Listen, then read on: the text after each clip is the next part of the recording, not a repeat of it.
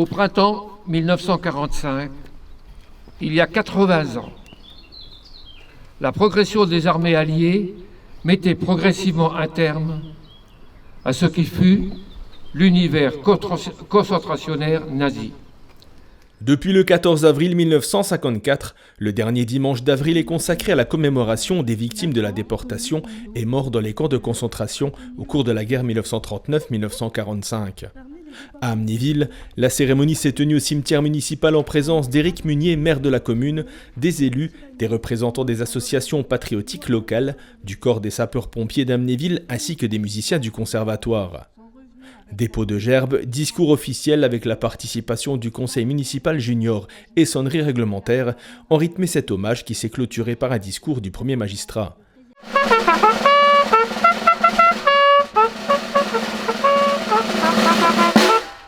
Mesdames et messieurs, mes chers amis, cette journée du souvenir national de la déportation honore la mémoire de tous les déportés sans distinction et rend hommage à leur sacrifice. Nous avons tous, je pense, je l'espère, je le souhaite pour vous, pu côtoyer ces rescapés des camps de la mort, ce qui prouve ô combien ils ont été malheureusement nombreux à vivre cette horreur. Certains ne s'en sont jamais relevés, d'autres ont pu se reconstruire, aucun n'a jamais pu oublier. Je profiterai de cette occasion pour évoquer la mémoire d'un ami de 30 ans qui est décédé récemment à 93 ans, alors qu'il était rescapé du célèbre camp d'Auschwitz. En lui rendant hommage, je me remémorais une conversation somme toute banale que nous avions eue sur les inondations, les dégâts que cela causait, le rôle d'un maire dans cette circonstance. Et lui m'a indiqué que cela lui rappelait sa mère. Sa mère qui, dans le train qui les emmenait à Auschwitz, l'avait porté à bout de bras du haut de ses 10 ans pour qu'il ne meure pas noyé, l'eau étant présente en quantité de plus en plus importante dans ce train.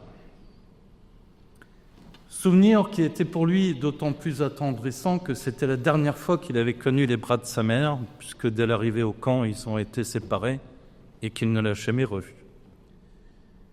Mais il se demandait pourquoi l'avait-elle sauvée de la noyade alors qu'elle savait quel était le sort qui leur était réservé.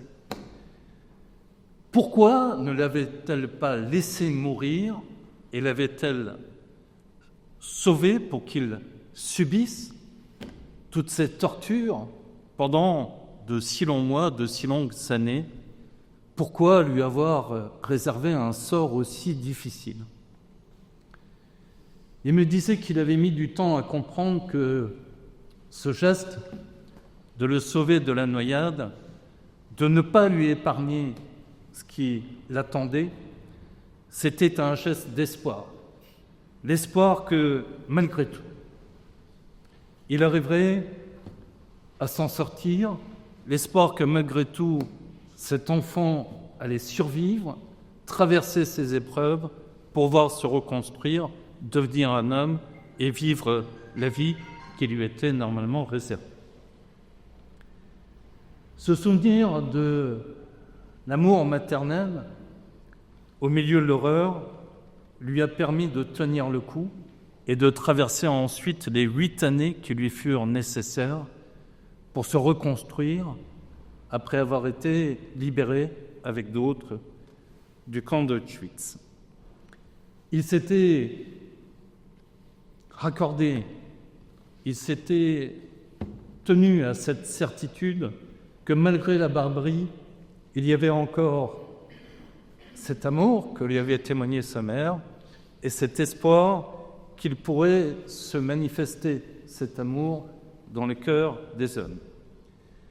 Alors, pour lui, garder en mémoire cette page la plus sombre de l'histoire de l'humanité, commémorer ce souvenir, c'était aussi et surtout perpétuer cet espoir qu'un monde meilleur est possible et que dans les circonstances les plus dramatiques, il y a toujours une lumière qui brille et que l'homme peut s'améliorer et devenir meilleurs. Savoir que nous avons été capables du pire, c'est savoir aussi que notre volonté commune peut amener au meilleur. Quand les temps sont durs, que les réformes nous angoissent, que l'avenir apparaît incertain, que les rumeurs d'une nouvelle guerre se font de plus en plus pressantes, gardons espoir. Rendre hommage à ces survivants de la déportation, c'est manifester cette force intérieure, fondée sur cette certitude que l'amour peut triompher de toutes les situations. Ils nous ont offert la preuve du courage, de la solidarité, du sacrifice dont un être humain est capable, mais également un message extraordinaire relayé par les survivants de ces camps de la mort.